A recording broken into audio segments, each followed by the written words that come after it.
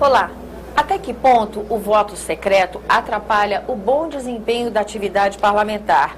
Até que ponto o voto secreto pode ajudar a fomentar a corrupção na atividade política? Esse é o nosso tema deste programa Argumento. E quem responde a essas perguntas é o senador Paulo Paim. Ele que é autor, já apresentou uma proposta de emenda à Constituição que pretende terminar com a possibilidade do voto secreto em qualquer situação. Não é isso, senador?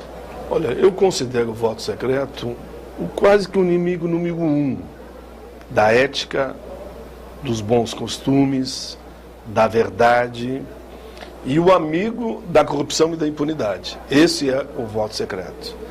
Veja bem, eu quando cheguei no Congresso, vim como deputado, há 25 anos atrás, o primeiro discurso que fiz na tribuna foi: por que o voto secreto?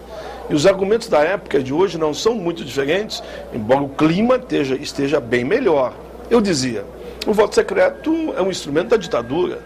No tempo da ditadura, sim, se você votasse contra o sistema, você perderia o mandato, você seria preso e poderia até ser torturado, às vezes perdia até a vida. Aí tinha lógica. Já justificava. Exato. Aí até tinha sentido, para você não votar contra o sistema ou o sistema não saber como é que você votou. Agora, num Estado democrático e de direito, quando a população nos passa uma procuração para votar em nome dela, eu tenho que prestar conta. E como é que eu vou votar secretamente? Eu dou sempre esse exemplo, né, que eu acho que ilustra. Nesse período que eu estou aqui, no longo desses 25 anos, foram apreciados mais de 5 mil vetos. Projetos que foram votados e foram vetados pelos governos das épocas. Pois bem, esses projetos, a ampla maioria, mais de 90%, foram aprovados por unanimidade. Unanimidade, até por votação simbólica. Como é que se explica que os 5 mil vetos foram mantidos? Ou seja, o cidadão votou de um jeito quando foi transparente e quando foi na escuridão da urna, do voto secreto, ele acabou votando contra o que ele tinha deliberado quando o voto foi transparente. Isso é falta de ética, isso é mentir para a população, isso é quebra de decoro. Por isso que nós não podemos estar num sistema em que você, como alguém já disse, acende uma vela a Deus e uma para o diabo. Eu quero acender vela somente a Deus e ser transparente. Ou pelo menos para Deus e para o eleitor, né, senador? Porque para Deus e para o eleitor, exatamente. Porque Deus disse, te ajuda que eu te ajudarei. Aí entra o eleitor, entra Deus e entra o político que quer a transparência. E o eleitor diz, cumpre a promessa que eu te elegerei, né?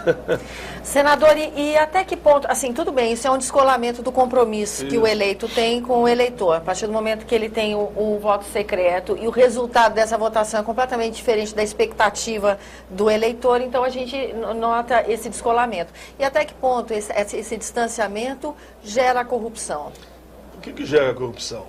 Porque o malandro, ele negocia para os dois lados. Para o eleitor, que é um mandato, digamos, popular, vamos dar um exemplo, o fim do fator previdenciário, né? É um apelo popular enorme, concreto. Então você vota com o eleitor.